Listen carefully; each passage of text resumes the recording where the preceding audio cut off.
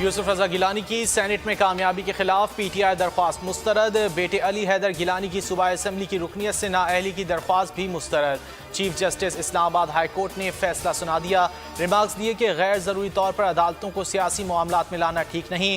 آپ نے ووٹ فروخت کرنے کے جو الزامات لگائے ان میں سے وہ بھی شامل ہیں جو آپ میں سے ہی ہیں۔ ہم قانون کے مطابق ہی چلیں گے۔ جو کچھ ہو رہا ہے یہ ہماری سوسائٹی کی ویلیوز کو ظاہر کرتا ہے۔ ہم پارلیمنٹ پر مکمل اعتماد کرتے ہیں۔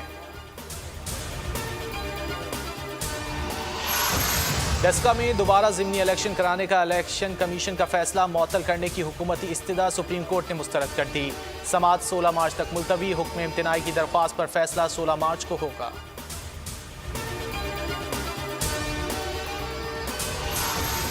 مسلم لیگ نون کے مشاورتی اجلاس کی اندرونی کہانی۔ ذرائع کے مطابق مریم نواز نے کہا کہ پنجاب میں وزیر اعلیٰ بزدار کے خلاف عدم اعتماد کی تحریک کا ہمیں کیا فائدہ۔ مجھے کہا جاتا ہے کہ ہاتھ ہولا رکھیں، سخت مت بولا کریں۔ جو والد اور خاندان کے ساتھ کیا گیا اس پر خاموش رہوں، سوال ہی پیدا نہیں ہوتا۔ مریم کے جذباتی ہونے پر نواز شریف کی مداخلت۔ کہا بیٹی سیاست تحمل اور برداشت سے ہوتی ہے، غصے سے نہیں۔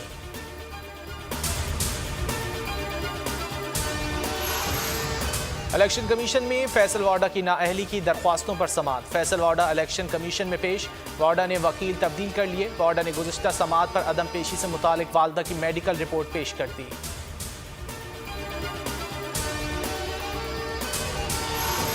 اناڑیوں نے ملک کو دوبارہ لوڈ شیڈنگ میں ڈال دیا۔ ان سے کوئی کام نہیں ہو رہا، ہم بے بنیاد اور جھوٹے ریفرنسز بھگت رہے ہیں۔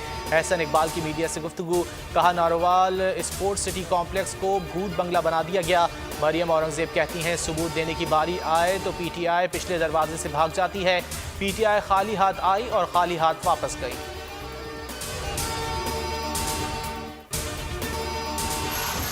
وزیراعظم کا انتخابی اصلاحات متعارف کرانے کے عمل میں تیزی لانے کا فیصلہ۔ وزیراعظم عمران خان نے انتخابی اصلاحات سے متعلق حکومتی ٹیم کو طلب کر لیا۔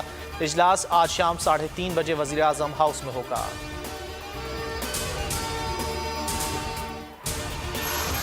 احتساب عدالت لاہور میں منی لانڈرنگ ریفرنس کی سماعت۔ جج نے شہباز شریف سے کہا میاں صاحب شور کم کرائیں، میرا کام آسان کریں۔ شہباز شریف نے کہا جب آپ موقع دیں گے حقائق بتاؤں گا، قوم کا کئی سو ارب کا سرمایہ بچایا۔ جج جواد الحسن نے کہا کہ آپ ابھی اس معاملے کو نہ چھیڑیں۔ شہباز شریف کی پیشی پر نون لیگی کارکنان اور پولیس میں دھکم پہ۔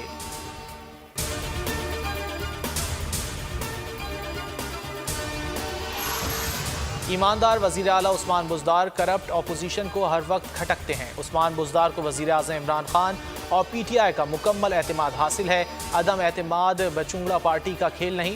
عثمان بزدار ہی 2023 تک وزیر اعلیٰ پنجاب رہیں گے۔ اپوزیشن کے غبارے سے پہلے کی طرح پھر ہوا نکلے گی۔ فردوس عاشق اعوان کا ٹویٹ۔